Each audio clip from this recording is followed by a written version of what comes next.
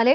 शिवसेनेच्या रवींद्र धंगेकर यांनी भाजपवरती हा हल्लाबोल केलेला आहे। पुण्यातील प्रभाग क्रमांक 12 मधील भाजप उमेदवाराच्या पतीचा व्हिडिओ त्यांनी समोर आणलाय। भाजप उमेदवाराचा पती डान्स बारमध्ये पैसे उडवताना या व्हिडिओमध्ये दिसतोय। संबंधित व्यक्ती शिवाजीनगरच्या आमदारांचे आर्थिक विषय सांभाळतो असा आरोपही धंगेकरांनी केलाय।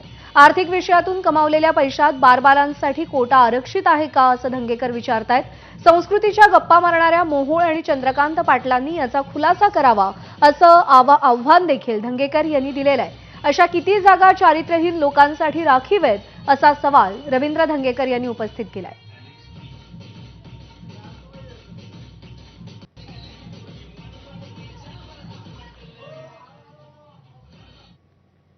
रवींद्र धंगेकरांचे ट्विट असं आहे, भाजपनं उमेदवारी देताना चारित्र्यहीन लोकांसाठी वेगळं आरक्षण टाकल्याचं दिसतंय।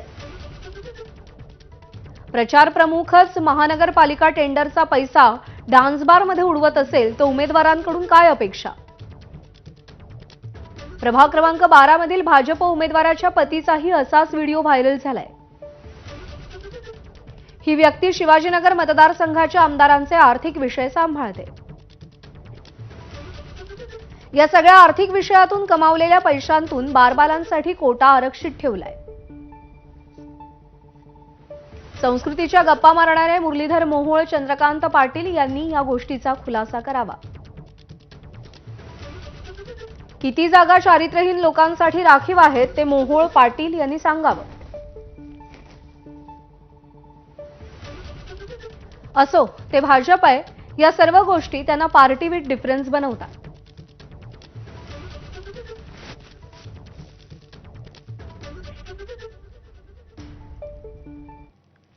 गेल्या अनेक वर्षांपासून सिंचन घोटाळ्यावरून भाजप अजित पवारांना घेरत आली आहे।